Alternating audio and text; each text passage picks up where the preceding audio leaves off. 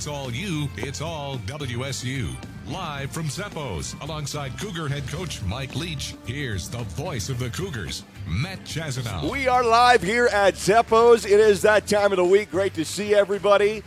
It is a week after a win here over Colorado, and what a convincing W it was, 41-10. And everybody I've talked to, like 100%, have all watched a special last night that came out on the old HBO deal. That was really cool to see how they put it together and how quickly they turned it around. They were just here. We just played that game, and then 72 hours or so later, we're watching it on HBO, which is really neat. We'll talk to Coach Leach about all that. The 41-10 win over the Buffaloes. Last two games, and I know that the Arizona State game wasn't what coach or fans wanted in result, but maybe in effort it was. And it was not a win, but they've built off that, and the 41-10 win over Colorado was extremely convincing. So that has a lot of meat on the bone there to talk about defensively, offensively, in spite of a nasty weather day that some of the best fans in the country braved there in Martin Stadium, no doubt. And we'll talk to Leach about all that. He is en route here from the practice field. Thursday Night Football. We'll relive the Colorado game. He'll be here in just a couple of minutes, and we'll talk with Coach live here at Zeppo's. Cougs, Colorado. Colorado's defense shifts appropriately. Snap back, Gordon, quick flick out left. Borghi grab, and he saunters into the left for a 4-yard score.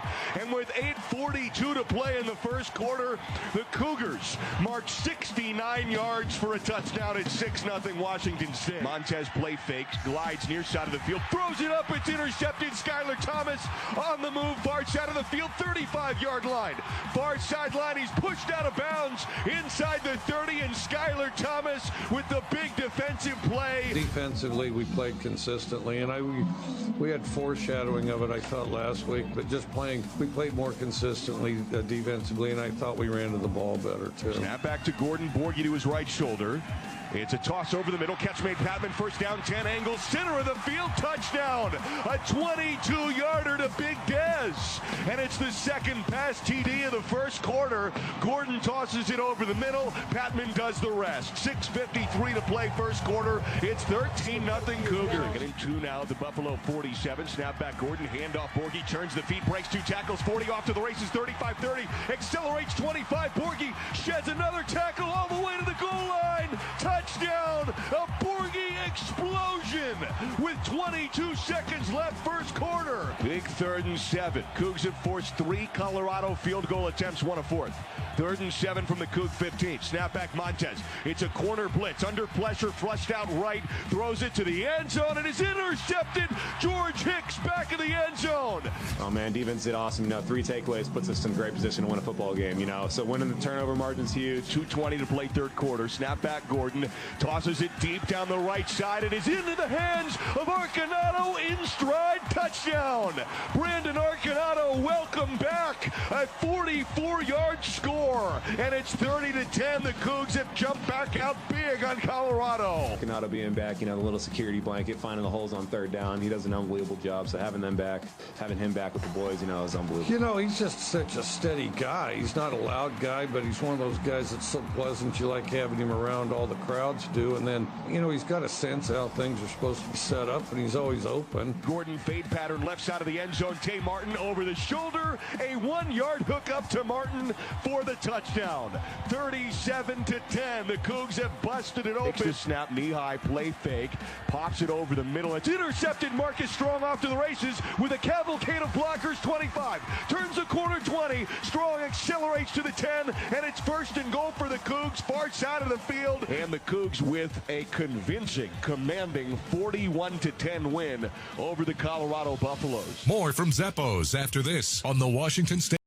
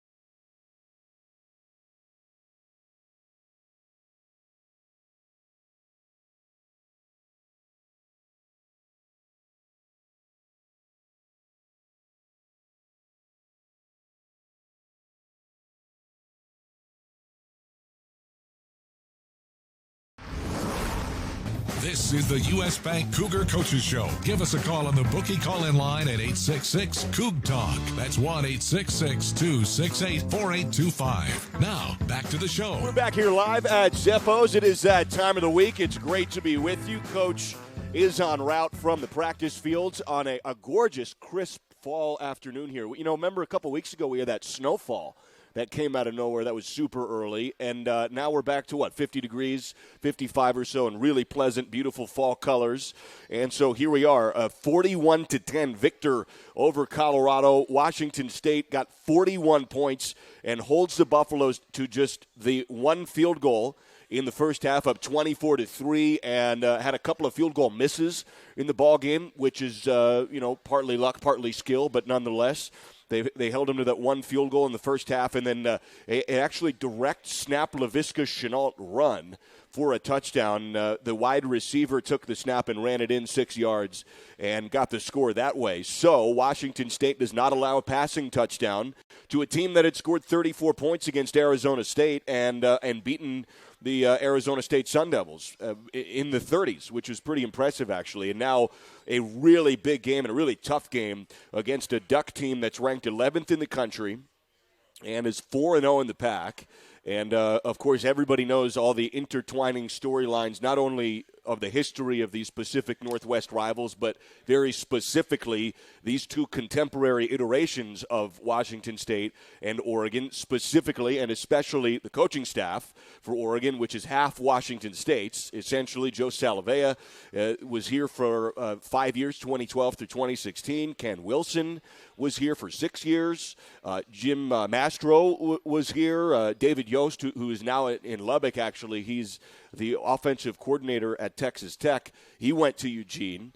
And David Gilbertson, who was not on one of the coaching staffs here, but he was a Cougar quarterback from 2009 to 2012. He's on the staff for the Oregon Ducks. So that is, that's 4 currently, 5 in total, and all within the last 4 years. They've all come and gone to Oregon. 3 of them currently on the staff there, and 3 great guys. Everybody loves Big Joe, and everybody loves Ken Wilson, and those are just fantastic people, and get to play them now on the sidelines. It's still odd watching film, still a little bit odd to watch film and see Ken and Joe down there on the sideline. Ken down there on the sideline, of course, he was here just last year. But we won't get too deep into that with Coach Leach as he's making his way here. What we will talk to him about, to whatever degree we'll get specific, is this defense for Oregon that's allowed 4 red zone touchdowns all season. They have allowed 4 red zone scores in the end zone the entire year in 7 games to this point, which is a really amazing number. They've allowed 11 scores, 17 trips, and 4 touchdowns. So 7 of those scores have been field goals that they've held in the red zone there, and then a few times they've held teams coming up empty. The defense is kind of an under-discussed element for the Ducks. Diamador Lenore and Thomas Graham are their corners. They're really good. Their nickelback is Javon Holland. He's also their punt returner, and he's one of the best punt returners in the country. He's leading the nation in punt return average at 21 a return. And their safeties, one of them's a junior. His name's Nick Pickett, and Veron McKinley is really good also. Their secondary's excellent. Maybe their best players, their middle linebacker, Troy Dye. And they actually, depending on which service, but generally speaking, they had the number 1 recruit in the entire country last year. He's a true freshman. He's now on their defensive line. Kayvon Thibodeau, 6'5", 240-pounder out of L.A. He went to Oregon, and he is now starting. He wasn't starting for most of the year. He is now, and Thibodeau is second on their team in sacks right now as a true freshman. Again, number 1 recruit in the country. It's a really good Oregon team, and they've been excellent. Now, they haven't played an offense quite like Washington State's, which is leading the nation in passing by 60 yards a game right now. Some of the years, and Coach Leach has had 3 teams that have led the nation in passing in 7 years prior. So this being Coach Leach's 8th, this is on track right now to be the 4th of those 8 to lead the nation in passing, the disparity of which I don't think has ever been greater from 1 to 2. It's 440 yards a game passing right now, leads the pack, leads the country. The second most is under 400, so right around 380 or so. That is a huge gap. I mean, 60 yards of passing, if you look through those numbers and look down in the rankings in the middle of it, kind of in the meat of it there, we're talking 1-2 yards difference here. It's when you get down into it, not 60. That's a huge gap, and that's a whole quarter's worth of work for some teams that Anthony Gordon has come out and just been incredible with. 29 touchdowns. He's completing 71% of his passes, and he's thrown it 347 times. And if you're doing the math on that, I know that the air raid throws the ball a lot, but even still, that is a really high percentage of completions for Gordon. We saw Trey Tinsley in the game last time against Colorado. So we've seen Tinsley, we've seen Gubrud come into the game, both of them after Anthony Gordon came out, and it was a convincing win. And I can't wait to talk to Coach. Maybe I don't know that I've ever heard Coach speak more glowingly about a player than Brandon Arconato. As here's Coach Leach here at Zeppo's walking in off to the practice field before we get set for this Oregon week. And we've got tons of questions written in here. We'll also take some on Twitter as well, M_Chaz if you want to. If you'd like to call in and speak personally with Coach, 866-268-4825, 866-COOG-TALK if you're spelling it out. That's 268-4825. And Coach, how are the guys bouncing around on this crisp fall day? Beautiful day here on the Palouse. How are the guys looking in practice? I thought we had a pretty good practice. Had a good Thursday night football, too. Let's talk Colorado and jump right into it. 41-10, a rainy day, and really a convincing win. Do you feel like they have built off of the last couple of weeks? You had mentioned a great effort in Tempe, albeit not a W, but now a very commanding W at home. You feel like they keep getting better and better the last couple of weeks? Well, I thought we did last week. I thought we did a lot of good things last week. I thought we had a great week of practice last week. And then, and then I thought we played pretty well, too. It was tough conditions. But anyway, we executed quite well, threw and caught well despite the wind and the rain. To what degree has Anthony Gordon now evolved from the start of the year as a starter to now middle of the season in terms of control the offense, checking down the runs or not, and communicating with you? Has he evolved? Was he good to go because he's been here for a few years and he's just doing what he's doing? Because he started off great, so I don't know if he's changed at all or if he's just doing his thing. I think it's a little tighter than it was. I think it's crisper and quicker, and then also leadership-wise, he's kind of, taken more control, more assertive with regard to that role on the team. How about Max Borghi this year? He's had a fantastic first half of the season here, averaging 7 yards a touch and the touchdowns and whatnot. How has Max been improving as a player through the season? Well, he's talented, and then he plays with a lot of confidence, and I think that confidence positively affects the other guys. Is he a particularly good blocker? I feel like every time there's a blitz, he picks it up. But I also obviously defer to you and all that. How is he as a blocker next to Anthony back there? He's a good blocker. And I've always, first of all, he's real strong. But then the other thing I've always found with short backs, everybody gets worried about short backs, or this guy's short and he can't block, and something comes in about crotch high and is powerful and has a helmet on and it's going to explode through you, then all of a sudden, no matter how big you are, you got some problems for about 3 seconds. And that's what we're asking for, is about 3 seconds. Yeah. It's the offensive line. How's the offensive line played over the last few weeks? They played good, I think. Not perfect, but they play together well. Last game, they, if they did something wrong or didn't communicate or something, we rallied and did a pretty good job of playing the next play, and we've got to constantly improve at that. Brandon Arconato was back immediately, right back into the mix productively, too. Over 100 yards and that touchdown. It feels like, in terms of the Houston game, he was targeted 10 times. He caught 9 of them. Very rarely is he targeted and doesn't catch it. I mean, he just seems to catch everything. He's got a huge catch radius, doesn't he? Yeah, he's got really good hands. He's real precise where he goes, and so the quarterback's not guessing where he's going to be because, he's got a really good sense of space and does a good job of finding it. Alex Brink was talking to Dave Nickel, and maybe not Drew. No, not Drew. It was Dave Nickel, I think, and they were talking. You guys ought to have Drew on. That's power radio right there. 100%, when Drew talks.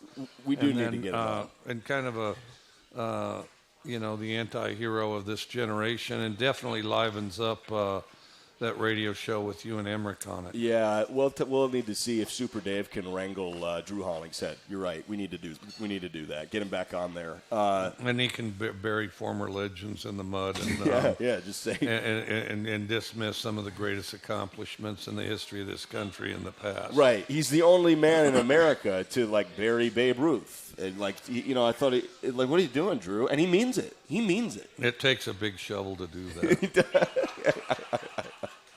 So where was I? So I was talking. Oh yeah, Arconato. So Alex is talking to Dave, and they were talking about how you had alluded to he's not the fastest receiver on the team. In fact, he may be the slowest receiver on the team. Dave said sometimes fast players play slow, and sometimes slow players play the game fast because they know where to go. And in trust and effectiveness with Gordon and Arconato comes quick decision making. So that's really all mental. How much of that do you agree with specifically with Brandon in terms of how he plays the game? Well, I agree with all of that. That and the fact that Gordon's thrown a lot of balls throughout practice and over the years to Arconato. Arconato is a guy that really emerged from being a walk-on here to, and he's playing his best football now, and he was kind of a late developer, and it's really kind of a shame he's a senior. But sometimes guys get that growth spurt late, For sure. All right, well, we'll take a break, come back. We're up against it. We are live here at Zeppo's. It is the Oregon week as the Cougs get ready. Got a ton of questions to get to in a bit here live at Zeppo's. Last week, my wife...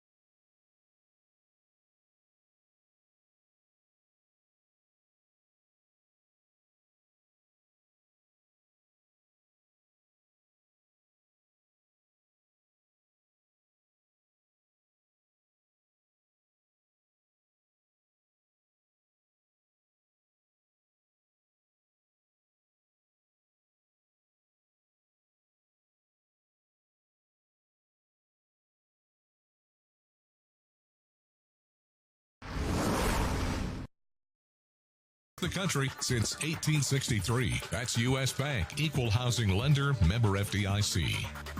Back here live at Zeppo's. It is Oregon week. We've got a layup for you, Coach. Some questions I ask are easier than others. This one was just written in. It's an anonymous one, but this is quote unquote. I have a lot of work to do this weekend. I would rather go to Eugene to watch the game. Naturally, what should I do? This is his conundrum. What should he do? You think? Well, first of all, that guy, I don't know what kind of work he's in. Right. But if he can't figure out that he needs to go to Eugene, then his employer better keep an eye on and check his work and make sure the I's are dotted and T's are crossed, because he obviously needs to go to Eugene, and make sure you wear some camo and some duck blind gear, and you'll fit right in. Shoot, I'll be honest with you. It's funny because the team is all kind of flashy and almost a computer type, flash and all the new stuff, and then the stands and the fans are old school. Kind of remind me of the folks I grew up with. Oh, is that right? Yeah. Oh yeah, no, you could tell they just got out of the woods and the trees, and their conundrum was whether they go fishing or hunting that day, or they come to the duck game, and so. Oh, it's a loud stadium. I know you alluded to Middle Earth. I don't think I knew. Were you a big Tolkien guy? Oh yeah, I read The Hobbit, and that was a challenging book at that. I read The Hobbit in 6th grade. Yeah. Great book. We were little kids. Let's see, I was probably in 4th or 5th grade. And for context, before we go too deep in this, you had alluded to Autzen Stadium kind of looking like Middle Earth. Oh, it does. It's got ferns all over. It's got waterfalls. It's got kind of the air and the vibe of The Hobbit and stuff like that. And it's a very cool looking stadium. It's an outstanding looking stadium. The other thing is it's got a unique quality to it that. And all stadiums have some unique qualities, but some are kind of sterile looking, and Autzen's not. Autzen, does look like there's little tunnels and caves and round doors and probably some little men in there. So, I heard you I listened to your hour with Jim Rome. It was awesome, and he does a great job. And you talked about books on the back end of it. You went in with Fitzgerald and Hemingway. And then, have you done the other 3 Tolkien books also, like the Lord of the Rings? Yeah, I read them all. Yeah. I read The Hobbit when I was in 6th grade, because we were in 6th grade, and there was this college girl that was a lifeguard, and so in 6th grade we were quite impressed with her. Mm-hmm. And she was reading The Hobbit, and so that's kind of where the madness started. And then, so read The Hobbit and read the other stuff since. What about you watched the movies? Did you ever get? Yeah, I thought they did a good job. Yeah. I thought they did a good. And then went to New Zealand, and I didn't get to go to the Hobbit Village. Went and watched the All Blacks instead. But New Zealand does look like all of that. Yeah, it's gorgeous. I've always wanted to go. Really, really pretty, beautiful area out there. Question here for you, Coach. Please share your most memorable game and the most memorable play. Do you have a most memorable play? Is there a moment? Is there one game and one play? Is it that easy to whittle down? That's pretty hard. Yeah. It's it's always the next game that's the most memorable. One of the most memorable ever that I had was I had a 13-year-old all-star team. We were way outmanned, and we beat Cheyenne. Nice. And Cheyenne just had these just big hulking guys, and they'd beaten everybody pretty bad going into it. And you're 13, or you're coaching 13? No, I was coaching 13-year-old all-stars, and we were down there in Lander, and we beat Cheyenne. And Cheyenne, because some of these guys, get big at a different age, and evidently down there in Cheyenne, they get big quick. And, of course, that was a bigger population base than Cody, and then, but we hung in there, scrapped away. Probably we played 5 different pitchers, just rotated them through. We'd step in and out of the box, try to frustrate them the best we could, and would slap one here, slap one there till we got them. So it was a heck of a game. How hard do you push a 13-year-old? You're coaching 13-year-old football now. They're all stars, so they're probably pretty good. No, it was baseball. Oh, I got you. Well, so even maybe to the point still holds a little bit, but I don't know how much you yell at a 13-year-old, how much you learn from that and transfer it to college. But, a 13-year-old can also kind of play ball. They're getting pretty big at that point. Well, we were a pretty intense group. It was pretty fun, and I was in college at the time. I think I was a freshman in college, and So, and then also a lot of these kids I'd coached, starting back when I was 15. So we were kind of an intense unit and went out there and slugged and battled away. Had a heck of a game. All right, we've got questions rolling in here on Twitter. This is going back to Lewiston, but apparently Mary E. was going real deep on Twitter here. Wants to know how painful the belly flop was. Way back, we didn't talk about that one, although it's kind of become an annual tradition of sorts, but kind of belly flop in there on the pool. Did that one hurt? Did it hurt memorably enough to recall if it hurt? No, it didn't hurt that much. I thought it might, but in hindsight, I think you want to get as much surface in there as you can, so it distributes the stuff. The technique of the belly. Well, she also. If it's just all belly, I think you might have some problems. But I just kind of spread eagled, laid out, and it went easier than I expected. There you go. All right, Mary, thanks for that question. She also followed it up with belly flop technique question there. So there you go. You kind of killed both those with one stone. And who's a frequent listener here to the show, hypothetical for Coach Leach. If you had to pick, he's kind of put you on the spot here. If you had to pick between crimson and gray, rather than having both colors for the logo and uniform, do you have a choice there? Do you go crimson or gray? Ed wants to know what your first pick is. For what now? For the uniforms. Oh, I like crimson. I like crimson the best. There you go. That's an easy one there for you, Ed. Now, Mark B., who's a loyal Coug, drives here often for on home games from California, is getting a little bit ahead here. But we're going to talk about the HBO deal, which is really, really fun. But it's voiced by Liev Schreiber, who's an actor in a show called Ray Donovan, and he's also been in a bunch of movies. He wants to know, do you know Liev Schreiber from his work? Have you ever seen Ray Donovan? I frankly haven't. I heard it's really, really good. But a lot of his movies are really good, too. Are you familiar at all with his stuff? Yeah. No, I think he does a pretty good job. One of those guys that can cross over, be hero or villain. And then Ray Donovan, I've only seen a couple episodes. And, it's kind of a series, so you want to kind of commit to the thing if you're going to watch it. But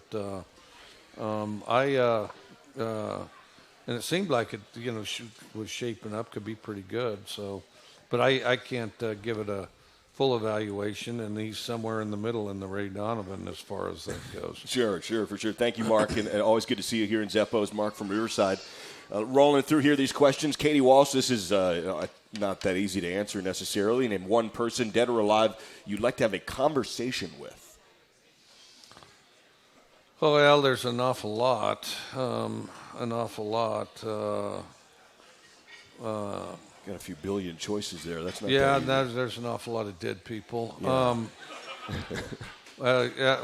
Outside of the, religious figures who are obvious and overwhelming, I would say, Geronimo, I wrote a book on. Yeah.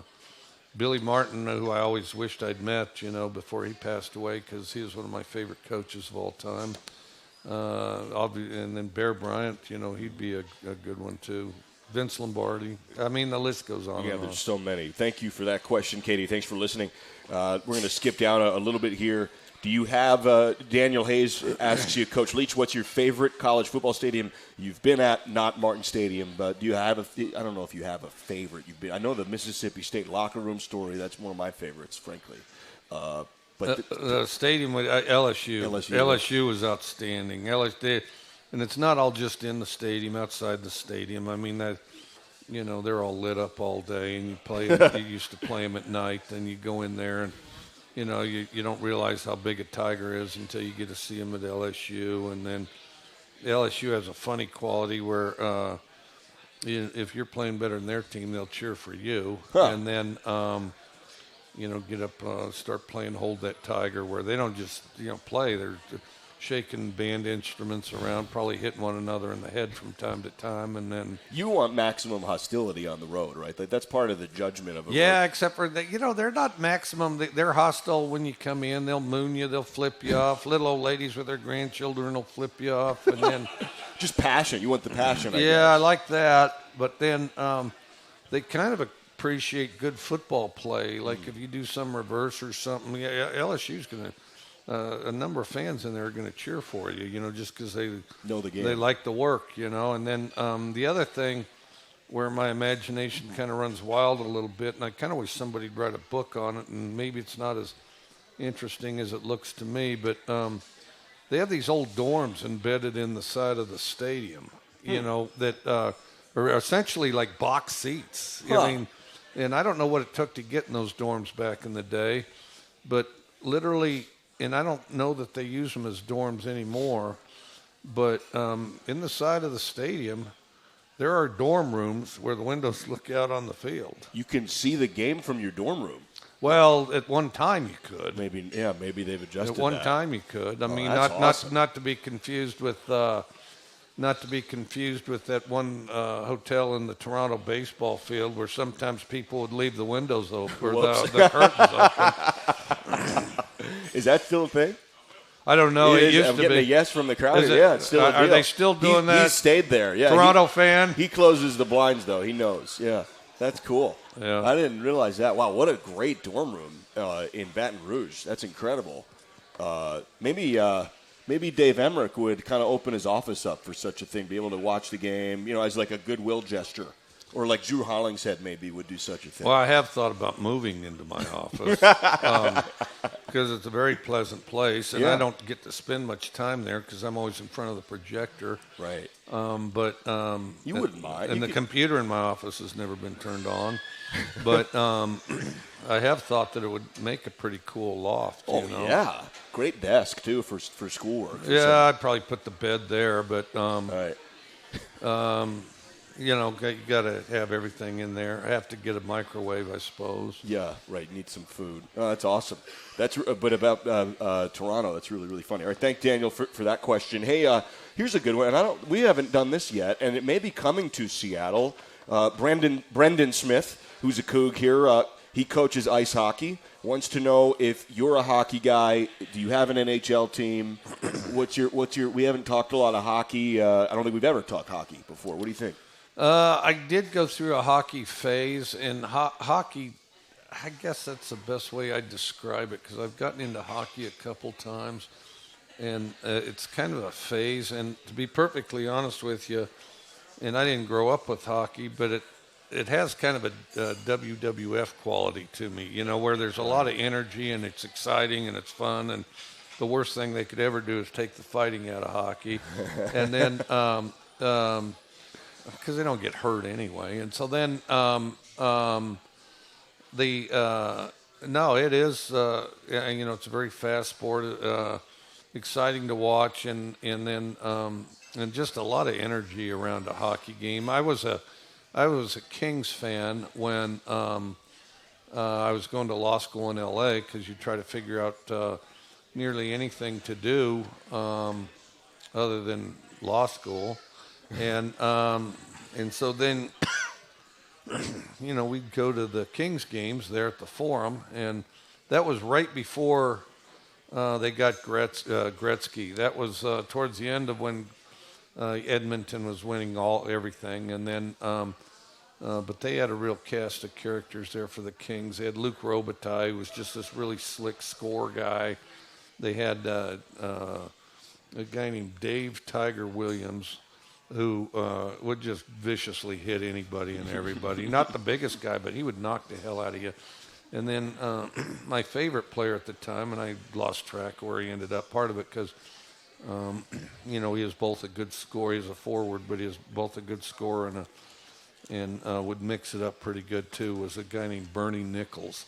And I used to, we'd go to the Kings games, get all fired up, and then think about all the stuff that we should have done that night school-wise that we didn't, I think Gretzky lives in Idaho, if I'm not mistaken. I'm pretty sure. Well, he's got a house up there. I've heard at Coeur d'Alene, that area, kind of him and Elway and Brett Dennis Hull, Erickson. Brett Hull's up there, all those guys. Is that right? I'm pretty sure. Well, they'll drop in on them then. Yeah, I actually have heard rumors of I have no idea if this is really true. I've heard rumors that they still kind of play hockey every once in a while. Like I don't know if it's on ice or roller or something up there, but there's a chance, I guess, maybe it's just rumor that two of the greatest hockey players, maybe the greatest American hockey players of all time, are like 75 miles north of here, messing around every once in a while. You know, it's funny because you hear about people.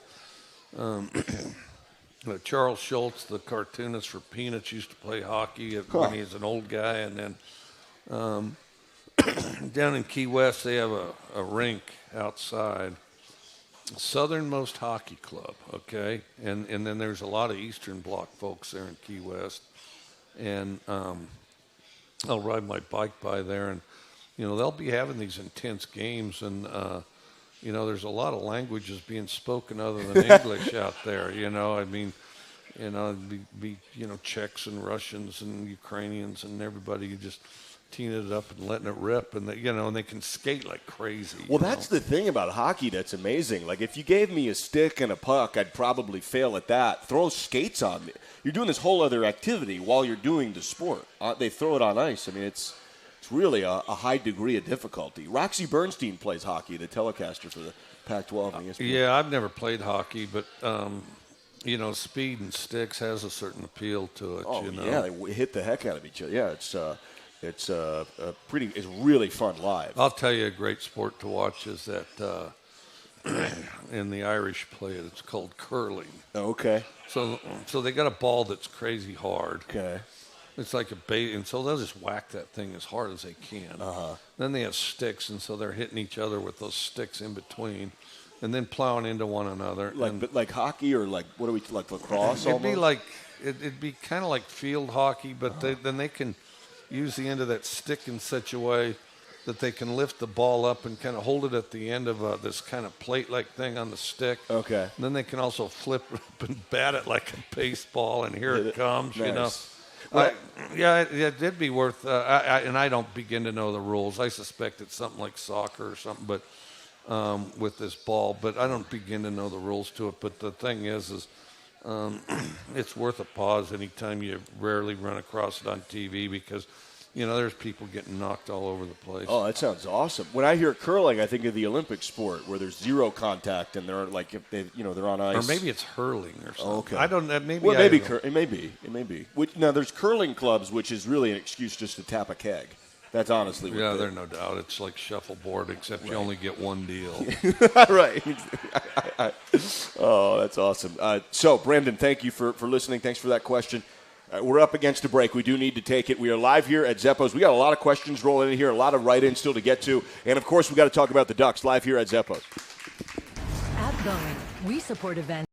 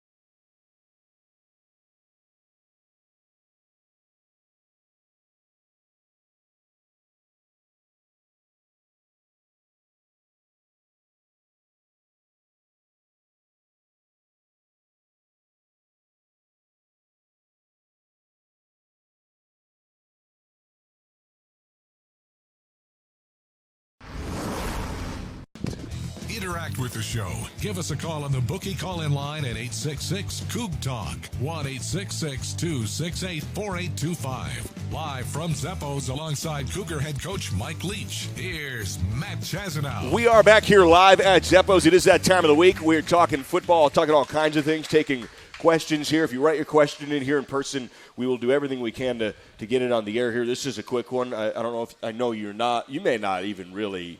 This might be dismissed as a question because I know you're not a golf guy. Jack Nicklaus or Arnold Palmer? Eric asked you.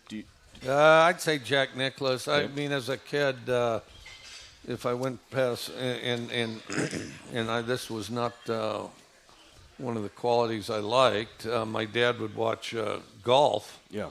You know, golf was on TV. He was watching it, and he loved golf. Still loves golf. And then, you know, I mean, and just burn hours upon hours upon hours upon hours upon hours. And so, while the trouble is, though, you didn't have a bunch of TVs back then. There weren't phones and videos all over the place, which meant he was monopolizing the TV set, and there wasn't going to be anything good on for the next 6 hours or whatever, you know. There you go. Yeah, that's a lot of golf does take a lot of time for sure. 3 questions here, kind of rapid fire. I think we know this. A write-in question: Who picks out the movies on Friday? So Dennis Slutek does, but that's not really an exact science. It's kind of, okay, here's the time frame, all right, which ones fit? And then, and so usually they get like 3 choices. For the world's most refreshing beer, 21 means 21. Celebrate responsibly with Coors Light, Coors Brewing Company, Golden, Colorado. We'll take a break, come back here live at Zeppo's talking football with Coach. You may be eager to break.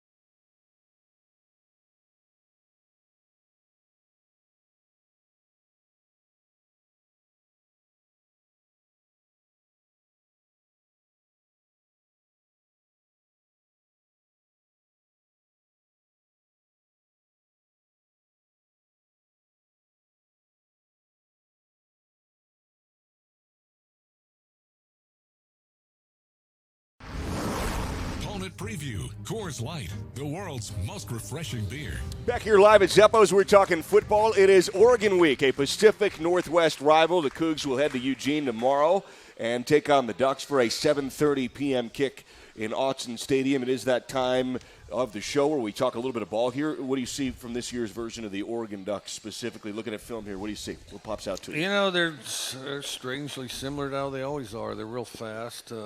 They're a fast, aggressive group, and I wish I could tell you something different. You know, they have a good run game. You know, their defense recovers quickly if you get them, and then But we got to worry about ourselves and just go in there and play the best we can play, and that's what we've done the last several years, and we got to do it again. One of the things that I would imagine, you say they look similar and familiar. A lot of their guys are back, so they do have a lot of the same players. Troy Dye, among others, he's a senior. They have a lot of upperclassmen on the team, don't they? Yeah, no, that's right. A lot of upperclassmen, and but they're kind of a group that sort of reloads. I mean, even if they had new guys, I imagine they'd be pretty good because they always look the same. I mean, they're kind of, they always have some tall DNs. Their DBs aren't huge, but they're all fast. They move around well, and they play aggressively. Mario Cristobal is in his second year as the head coach. He was there as a coordinator, and now he's in his second year as the head coach. They went to the Red Box Bowl last year, and this year now he's back there 6-1. How well do you know Coach Cristobal? I know him pretty well. He's a good guy. Loves to fish. Martial arts, right? He doesn't do martial. I don't know. Oh. I'll have to ask him if. I don't know. Maybe he does. But he's from Miami too. He played down there at the University of Miami and is from down there. Yeah, he started out as a grad assistant down there, and here he is now in Eugene, Oregon. Road games are always difficult. Autzen Stadium, place to be packed. I would think it'll be a really good atmosphere there on Saturday. Yeah, it usually is. It usually is. Pretty loud spot. So that's a quick preview there of the Oregon Ducks here in this part of the show. Back off topic real quick. I'd thrown this one to you in the break. I don't think I realized that you've got kind of a birthday tradition. Somebody asked you here, what do you like to do for your birthday? Pat did. Not Pat Chun, but a different Pat, I think, asked you. Pat Chun is here, by the way. But what do you like to do for your birthday? You have a little tradition. I don't think I realized. Well, the longest standing tradition I've had since I was a kid was I didn't like cake very much. Still don't. And I always had a cherry pie. Huh. I never saw why you have to have a cake. I'm thinking, well, okay, the dessert thing, all right, let's have cherry pie. And then from there on, starting when I was about 7, my mom always made me cherry pie for my birthday. I had no idea. There you go. Thanks, Pat, for that question. All right, there you go. There's BJ Riggs wants to know if you could be on any game show, what would it be? Oh, geez. I don't really watch game shows. I don't know, Jeopardy. I know a lot of useless information, so maybe Jeopardy. There you go. Jeff Duncan, who seems to be pretty familiar with your neck of the woods. You ever been to the hot springs in Thermopolis, Wyoming? Oh, yeah, it's outstanding. That's something everybody should do. No, well, first of all, there's 2 or 3 pools there, and they're open year-round. It doesn't matter if it's below zero because it's that sulfur spring water that they pipe into the pool. Is this near Cody? I don't know where yeah, it's about 80 miles away probably. Okay. And then, no, it's really good. So you got, you get kind of the sulfur deposit stuff on the pool. So it kind of looks like rocks, even though it originally was just kind of a pool. They used to have great slides and diving boards, and it'd be like freezing cold weather, and you'd jump into this hot water. It was awesome. That's awesome. Thank you for that question, Jeff. I've never heard of Thermopolis. Now I want to go to the hot springs. Sounds cool. Thermopolis means hot pool. There you go. There you go. That's awesome. Post-game party never stops at Northern Quest with 24/7 gaming, over a dozen restaurants and lounges, luxury rooms, and more. Details at northernquest.com. We'll take our final break, come back here for the last few minutes of the show from Zeppos. Hey, I'm Kirk Herbstreit, and I